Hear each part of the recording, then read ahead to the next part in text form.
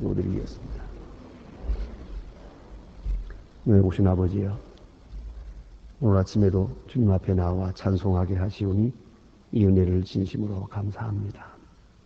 잠들었을 때는 마치 죽은 자와 같지만 주께서 생명호흡을 지켜주셨고 맥박을 지켜주시는 중에 다시 이렇게 아침에 의식을 회복하여 주님 앞에 나올 수 있게 하시오니 이 놀라운 기적과 이 축복을 진심으로 감사하옵나이다. 우리가 이 어두운 세상에 살지만은 빛을 바라보며 살게 하시고 아무것도 믿을 것이 없는 세상에 살지만은 이제 주님을 믿고 살 수 있게 하시오니 그 크신 은혜를 진심으로 감사하옵나이다. 불안과 공포에 떨고 있습니다. 재난과 질병과 많은 사건에 휘말리면서 마음을 이기지 못하여 사람들이 타락하기도 하고 술 취하기도 하고 마약을 하기도 하고 혹은 강포해지기도 하고 혹은 우울증에 빠지기도 하고 정신없이 이렇게 헤매고 있는 무서운 세상에 있지만은 그러나 우리는 주님을 알게 하시고 주님을 사랑하게 하시고 하나님을 섬기며 늘 성전에 거하면서 은혜 가운데서 살아갈 수 있게 해주시오니 이 놀라운 은혜를 진심으로 감사하옵나이다. 하나님 아버지, 이렇게 주님 앞에 나오고 싶으면서도 나오지 못하는 나약한 심령들이 있습니다. 멀리서 사모하면서도 병들어서 몸을 일으키지 못하는 분들도 있습니다. 그리고 많은 시험을 당한 분들, 여러 가지 부득이한 사정에서 이 시간도 무릎을 꿇고 성전을 향하여 기도하는 분들이 있습니다. 하나님이여, 우리에게 베푸신 은혜를 진심으로 감사하며 이 성전을 향하여 기도하는 분들에게 한결같은 은혜를 베풀어 주시기를 기도하옵나이다. 성령에 이끌리어 우리가 이 자리에 있는 줄 압니다. 이제 남은 시간도 몸과 마음, 정성 다 바쳐 주를 사랑하도록 말씀의 능력과 성령의 능력이 계속적으로 함께 해주시기를 기도하옵나이다. 우리의 날이 얼마인지 알 수 없습니다. 어느 때 주께서 부르시든지 요단강을 건너가는 바로 그날 아침까지도 주님 앞에 찬송하며 기도하며 거룩하게 이 한 시간을 주께 바치는 주의 백성들 되어지기를 간절히 기도하옵나이다. 아버지 하나님, 우리가 굳이 오래 사는 걸 바라지는 않습니다. 무슨 굉장한 영광을 더 바랄 것도 없습니다.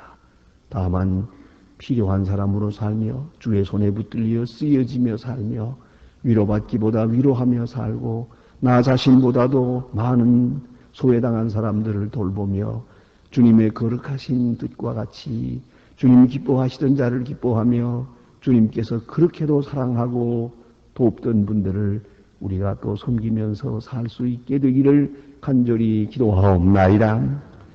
교회를 섬길 수 있는 특권을 우리에게 주신 것을 감사합니다. 이제 몸과 마음, 정성을 다해 섬길 뿐더러 이 교회와 함께 하나님께 영광 돌리며 또 교회를 통해서 주의 나라를 확장할 수 있게 되기를 기도하옵나이다. 이 교회를 사랑하며 섬기는 신실한 일꾼들, 어쨌든 이 몸과 마음, 정성을 다 주께 바치는 주님의 종들에게 한량없는 은총을 내려주시기를 기도하옵나이다. 가정에도 자녀들에게도 그리고 기업에도 그의 사회생활에도 하나님께서 귀한 축복을 더하여 주시옵소서. 나를 위해서 재물을 모으는 것이 아니라 하나님의 나라를 위해서 모으고자 하며 나 자신의 안위를 위해서가 아니라 구제하며 봉사하기 위해서 주께 물질을 구하는 자들에게 하나님이여 넉넉하게 마음 기쁘게 봉사할 수 있을 만큼 넉넉한 기업과 물질을 허락해 주시기를 기도하옵나이다. 자비하신 주여, 건강이 필요해서 울부짖는 자에게는 꼭 필요한 건강을 주셔서 하나님의 일하는 일에 지장이 없게 해 주시기를 기도하옵나이다. 하나님 아버지, 이 나라를 돌보아 주시고 이 민족 위에 복을 내리시옵소서. 주께서 여기까지 인도하심을 압니다. 하나님이여, 이미 세우신 주의 귀한 일꾼들을 강하게 붙드시고 그들을 통하여 권세 있게 역사하게 하시고 이 민족의 길을, 이 난국의 길을 바로 인도할 수 있게 되기를 기도하옵나이다. 서로 도우며 서로 위로하며 순종하게 하시고 결코 폭력이나 그리고 억압된 일이나 혹은 남을 멸시하는 일들이 이 땅에 없게 하시고 특별히 방종과 사치와 그리고 이 같은 무리하고 불의한 일들이 다시는 이 땅에 있어지지 아니하도록 하나님이여 은총을 베푸시고 모든 어두움을 몰아내고 빛과 진리에 충만한 나라가 되어지기를 기도하옵나이다. 하나님 아버지, 저 북녘 땅에도 자유를 주시고 그 굶주림과 억압에서 건져주시기를 바라며 오늘도 우리가 저들을 위해서 돕고자 하는 모든 일들이 아름답게 성공적으로 이루어져서 그들에게도 위로가 되고 힘이 될 뿐더러 이 나라를 구원할 수 있는 복음 안에서의 통일이 이루어지기를 기도하옵나이다.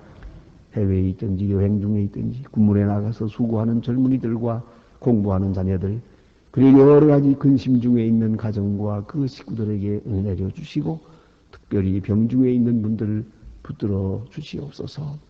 원컨대 오늘도 주의 이름으로 모이는 모든 모임과 이를 위하여 수고하는 분들에게 함께 계시고 하나님의 뜻이 주의 이름으로 모이는 곳에서 나타나 주시옵소서. 이 하루의 생활을 다 주님께 맡깁니다. 주는 선하신 뜻을 이루어 주시옵소서.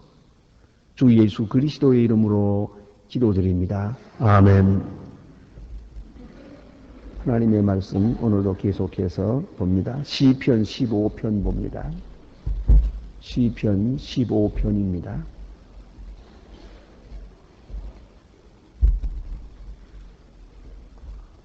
시편 15편 1절로 5절 다 같이 한 목소리로 봉독하게 되겠습니다.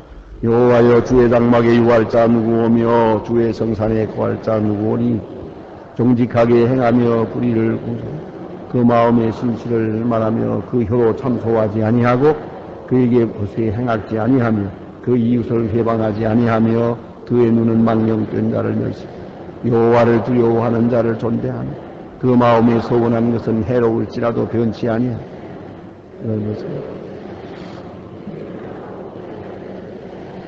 이런 일을 행하는 자는 영영이 요동치 아니하리니. 아멘. 오늘 본문 가운데 이런 말씀은 시편 150편이 되는 시편 중에도 가장 유명한 아름다운 시입니다. 행복의 극치를 노래한 시입니다. 그리고 이 시 속에 신앙 고백이 있고 그리고 윤리와 도덕이 있고 행복의 길이 나타나 있는 것을 볼 수 있습니다. 다윗은 그의 생활 속에서 설명하고 있는 바와 같이 항상 하나님의 성전을 사모하고 하나님의 성전 중심으로 살았습니다. 그래서 다윗의 생애 속에는 이 성막이 전혀 떠날 수가 없습니다. 그래서 그가 생각하는 대로는 가장 행복한 사람은 누구냐? 성막에 거하는 사람이다. 그렇게 생각하고 있습니다. 성막은 무엇입니까? 하나님께서 이스라엘 백성들을 애굽에서 인도하실 때 광야에서 하나님의 임재하심을 상징하는 그런 천막을 치라고 했습니다. 사실은 천막 안은 빈 천막입니다.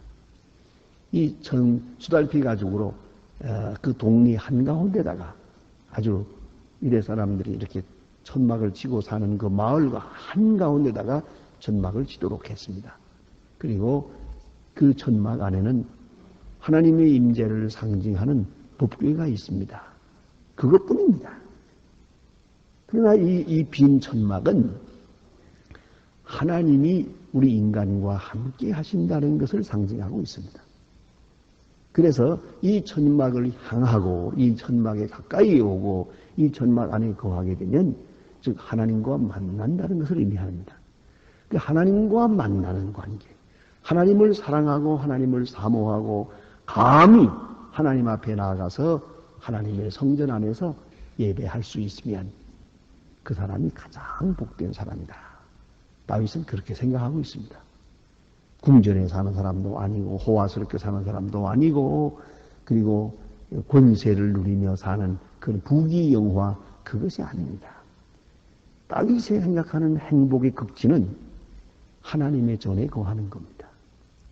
아마도 우리들도 어느 때는 그런 걸 느낄 때가 있습니다. 행복에 대한 가치관이 좀 다르죠.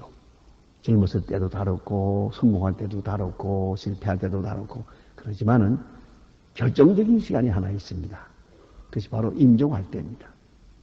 임종할 때에 생각하는 자 이제 이 세상이 끝났다 할 때 많은 사람들이 생각하는 것이 뭡니까? 하나님의 전에 나가는 겁니다. 하나님의 전에 한 번 더 나가보는 겁니다.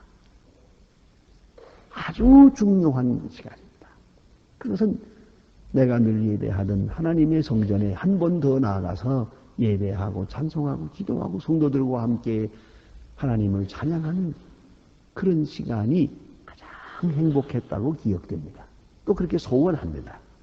한 번만 더 나가보고 죽었으면 소원이 없겠다고. 그런데 그렇지 못하는 분들도 많습니다. 이것입니다. 그러니까 우리가 이 평범한 때는 여러 가지로 소원도 많고 행복의 기준도 조건도 많습니다만은 우리가 종말적으로 생각하게 되면은 하나님의 전에서 예배하는 것보다 더 기쁜 게 없습니다. 바로 이 시간이 가장 행복한 것입니다. 그 점을 잊지 말아야 합니다. 대단히 미안한 말씀입니다만은 여러분 제가 이 해외에 나갑니다. 나가서 여기저기서 교회에서 부흥회를 인도하든가 하면 거기에 찾아오는 사람 가운데 적어도 3분의 2 이상이 전혀 그 교회와는 관계없는 내가 가서 인도하고 있는 그 교회와는 관계없는 교인들이 모여듭니다. 그것은 어디서 오는 거 아니 방송을 들은 사람들입니다. 방송을 듣는 사람들, 특별히 설교 카세트를 듣는 사람들. 여러분들이 미국에 있는 신지들에게 이렇게 테이프를 보내주어서 그 테이프를 계속 받고 그 자기가 듣고 또 딴 친구에게 들려주고 또 들려주고 또 들려주고 또 복사하고 이래서 그 테이프를 통해서 설교 들은 사람들이 많아요. 이분들이 이게 신문에 나기를 어느 교회에서 광 목사님이 집회 인도한다 하면 어떤 사람은 12시간을 차를 몰고 온 사람도 있더라고요. 그렇게 와서 거기서 이제 만나고 다시 말하면 실물 확인하는 겁니다. 그리고 하는 말은 어떤 분들은 그래요. 전혀 음성이 낯설질 않습니다. 저는 아침 저녁으로 목사님 음성을 들었거든요. 이 카세트 통해서. 얼굴은 못 봤지만은 그래 몇 년, 어떤 사람은 10년, 어떤 사람은 3년 뭐 그래요. 그러니까 이런 분들이 이제 와서 아주 축제처럼 어떤 사람은 그 호텔에 있으면서 이렇게 한 4월 동안 집회할 때 그렇게 참석하는 걸 볼 수 있습니다. 그래서 집회가 아주 많이 모여요. 그런데 그분들이 하는 말 중에 가장 공통적으로 제일 많이 하는 말이 뭐냐면 소망교회 교인들은 참 복도 많습니다. 그래요. 근데 여러분은 그게 복들이 많은 줄 모르지. 그걸 알아야 돼. 그런데 아무튼 이렇게 성전을 사모하는 마음, 말씀을 사모하는 마음이 그게 1차적인 복이요. 그 다음에는 성전에 거하는 것. 성전에 나아가서 직접 하나님의 성전에서 예배하는 것. 그것을 다윗은 행복의 극치로 생각했습니다. 가장 행복한 시간이요. 네. 뭐 성전에서 많은 시녀들과 같이 지내고 뭐 많은 백성들로부터 환호성을 받으며 영광을 누리는 것. 그러나 중요하지 않아요. 다윗은 진실로 여호와의 전을 사모했어요. 이게 좀 나가다가 84편에 가서 보면 그런 시도 있습니다. 여호와의 전을 사모하며 내 영혼과 육체가 쇠약해졌다고 그랬어요. 상사병이 걸렸어요. 하나님의 전에 나가고 싶은데 지금 허락질 않아요. 여건이 허락질 않아서 하나님의 성전을 너무 사모해서 마음과 육체가 쇠약해졌다 그랬습니다. 심지어는 제비와 참새를 부르고 했어요. 참새와 제비는 푸릉푸릉 날아서 갈 수 있는데 나는 왜 가지 못하고 여기서 성전을 사모하고 울고 있느냐 하는 겁니다. 그러니까 가장 큰 행복을 여호와의 집에 거하는 것, 하나님의 장막에서 찬송하는 것, 바로 그 시간 그 장소로 생각하는 사람이 복된 것입니다. 그래서 다윗은 오늘 본문에 행복에 대해서 뭐 긴 얘기하잖아요. 오직 주의 장막에 유하며 성산에 거하는 거죠. 성사는 성막이 있는 성전을 말하는 거예요. 그 곳을 말하는 것이에요. 그런 거로 주의 장막에 유하며 성산에 거한 그것이 가장 행복하고 영원한 행복인데 그것이 아무에게나 허락되지 않거든요. 다윗은 분명히 그것을 경험했습니다. 어떤 때는 피란의 길을 다녀야 했고 어떤 때는 범죄해서 하나님 앞에 진노를 받아서 그런 하나님의 성전에 못 들어가고 멀리서 방황하는 그런 시간을 보내야 할 때도 있었어요. 그런 거로 어찌하든지 하나님의 전에 들어갈 수 있는 환경, 들어갈 수 있는 여건, 들어갈 수 있는 자격, 들어갈 수 있는 시간, 그 시간이 가장 행복하다고 생각을 합니다. 그런데 문제는 어떤 사람이 들어갈 수 있느냐? 그게 자격에 대해서 지금 말하고 있습니다. 여기 대해서도 보면은, 자, 지식이 많은 사람, 돈이 많은 사람, 권력이 있는 사람, 신분이 높은 사람, 그런 얘기가 전혀 아닙니다. 여기서는 사람에 대해서만 말하고 있어요. 이러한 사람, 그 사람이 되어져야 한다는 거죠. 하나님의 사람이 되어질 때 하나님의 전에 거하게 합니다. 사실로 이 하나님의 전에는 아무나 들어갈 수 없었습니다. 아시는 대로 이 솔로몬 성전에도요, 이 성전을 지키는 군사가 있습니다. 더러운 자는 안 되고, 특별히 구약 성경을 볼 것 같으면 이 장막 가까이 오면요, 죽여버려요. 특별히 짐승이 가까워오면 여기 만약 이 성전 뜰을 범하든가 하면 그 가차 없이 그 짐승도 죽여버리세요. 이 성막은 하나님 스스로 지키는 겁니다. 그런 거로 아무나 그냥 덤뻑덤뻑 들어갈 수 있게 되어 있지 않아요. 하나님이 허락하셔야 되고 하나님의 축복 가운데서만 이루어진다는 것이죠. 그러니까 죄인이 이곳을 들어갈 수 있다면 벌써 그것은 들어가는 그 자체만 가지고도 의롭다 함을 얻은 것이에요. 하나님이 자격을 주셔야 되고 또 자격의 인정을 받을 때 비로소 성전에 유할 수가 있다 하는 것입니다. 그래서 하나님의 성전에 출입할 수 있는 사람, 그런 인격, 그런 성품은 어떤 사람이냐 하는 겁니다. 그런 사람이 되어져야만 성전에 들어갈 수가 있어요. 그 사람에 대해서는 이렇습니다. 먼저는 정직하게 행하며 그랬어요. 정직함. 창세기 17장 1절 이하에 보면 하나님께서 아브라함에게 그런 말씀을 합니다. 나는 전능한 여호와 하나님이다. 너는 내 앞에서 완전하라. 그럽니다. 아브라함이 많이 휘청거렸습니다. 믿음의 사람이지만은 믿음을 떠난 데도 있었고, 그는 하나님의 사람이지만은 때때로 하나님의 사람답지 못하게 행할 때도 있었어요. 약속을 믿고 살지만은 그러나 편법을 취한 때도 있고요. 여러 가지 실수가 있었습니다. 이제 하나님은 말씀하십니다. 내 앞에서 완전하라.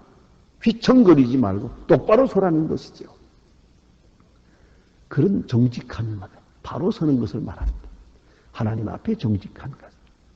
이것은 곧 회개하는 심령을 말합니다. 오직 하나님만 섬기는 하나님과 나와의 직선적 관계를 말합니다. 그것이 정직입니다. 하나님 앞에 정직합니다. 자기에게 돌아오는 이득이 뭔지 생각하지 않습니다. 사람들이 날들은 뭐라고 하는지 마는지 생각하지 않습니다. 이렇게 나가서 그 다음에 어떤 일이 있어 보상이 올는지 그것도 생각하지 않습니다. 오로지 하나님과 나 사이에 정직한 관계, 전혀 맺힌 것이 없는 그런 하나님과의 수직적 관계를 말합니다. 그래서 정직히 행하는 사람.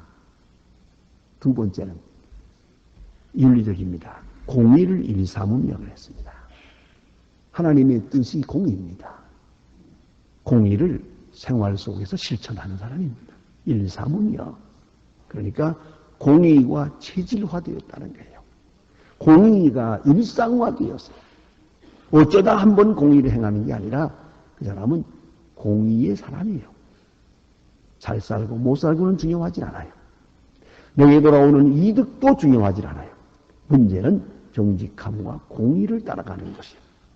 그런 사람이래야 하나님의 성전에 머무른다. 또 마음의 진실을 말하며 그랬어요.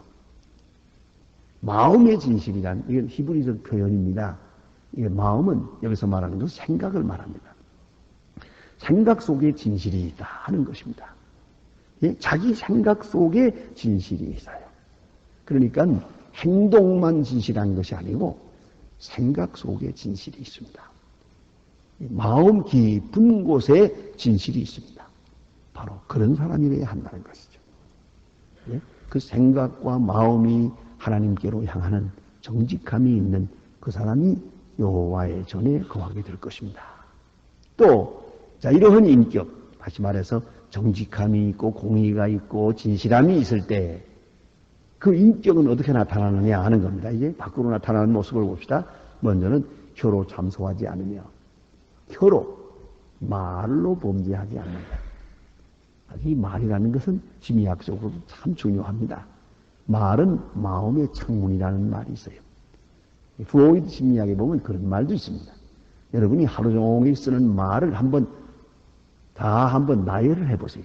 내가 하루 종일 쓰는 거, 이런 말, 저런 말.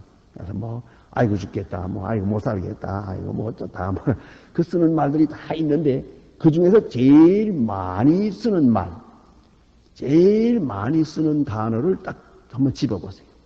그것이 바로 내 모습입니다. 불쑥불쑥 나오는 말이 그것이 바로 내 마음입니다. 그래서 이 말이라는 것이 중요합니다. 혀로 참소하지 아니하며 하는 말은 말로 남을 해하지 않는다. 그 마음에 진실이 있으니까 남을 해하지 않습니다. 그 마음에 공의가 있기 때문에 말이 빗나가지 않습니다. 근데 의식과 무의식이 있다면 무의식으로 하는 말이 진실한 말이에요. 자기도 모르게 불쑥 나오는 말, 이걸 회개해야 됩니다. 내 마음에 무슨 마음이 있었기에 이런 말이 나왔는가? 아직도 내게 이런 마음이 있구나. 아직도 내게 이런 검은 것이 있구나. 그걸 생각해야 됩니다. 그래서 이 말, 참 중요합니다. 근데 우리가 누구를 만났을 때, 자, 첫째가 뭡니까? 얼굴을 보지요. 그 다음에 말을 듣지요. 그 말하는 뉘앙스를 보아서 오늘 기분이 좋은가 나쁜가? 그 마음 속에 지금 무엇이 있나? 충분히 알 수 있는 거 아닙니까? 그런 거로 입으로 참소하지 않습니다 하는 말은 그 마음이 그만큼 깨끗합니다 하는 말이고요. 또 벗에게 행악지 아니하며 남에게 해를 끼치지 않는다. 이게 소극적입니다요. 소극적으로는 참소하지 말고 거짓말하지 않고 또 남을 해하지 않습니다. 행악지 아니한다. 악하게 하지 않습니다. 이게 또한 중요합니다. 우리는 때때로 알게 모르게 참 배려의식이 부족할 때가 많아요. 나만 생각하고 남의 처지를 생각하지 못해요. 얼마 전에 어떤 분이 참 그런 재미있는 얘기를 그 방송에서 하는 걸 보았습니다. 우리가 이만큼 이기적이고 자기밖에는 생각 안 하지 않습니다. 그런 얘기를 하는데요.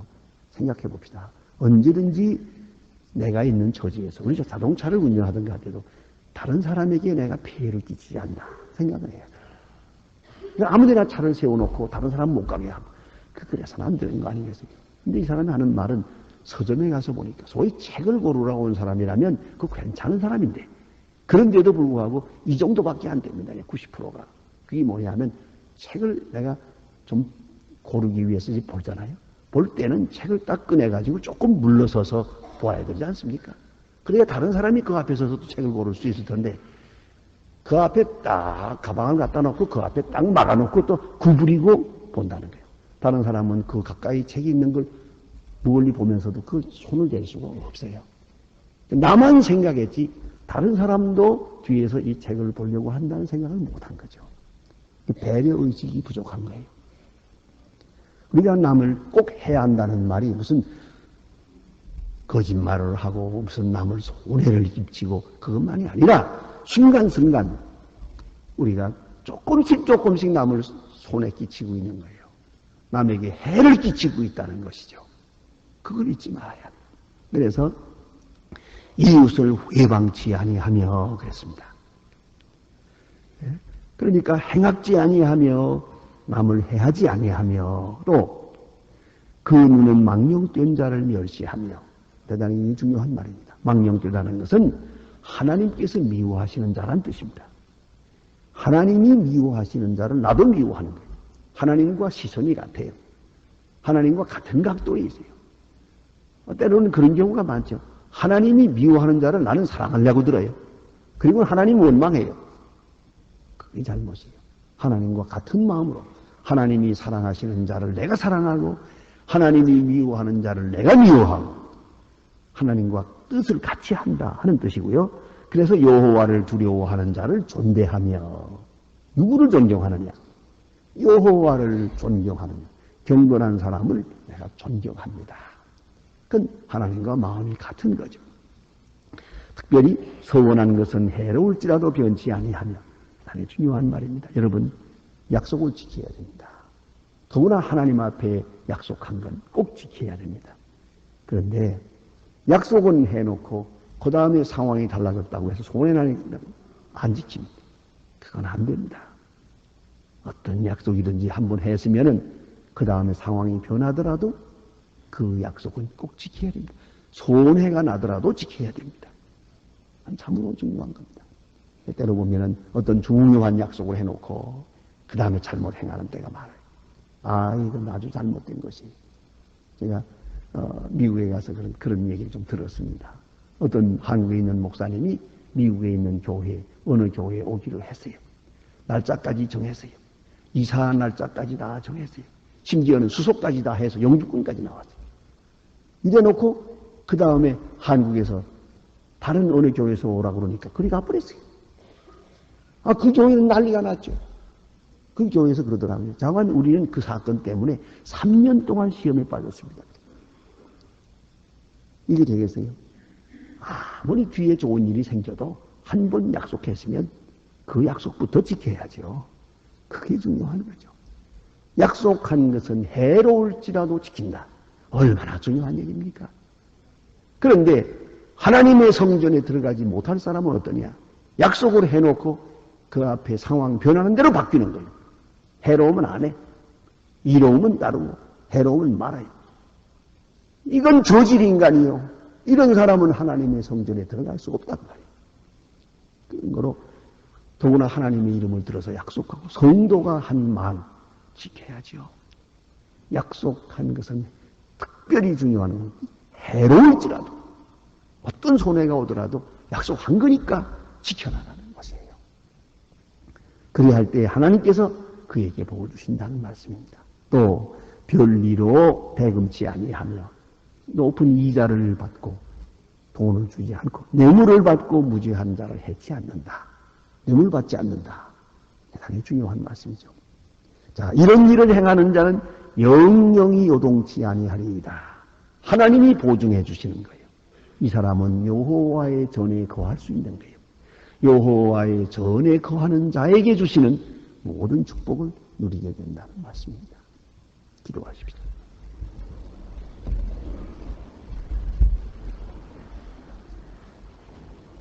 하늘에 계신 우리 아버지시여, 이름이 거룩히 여김을 받으시오며 나라의 마옵시며 뜻이 하늘에서 이룬 것 같이 땅에서도 이루어지이다.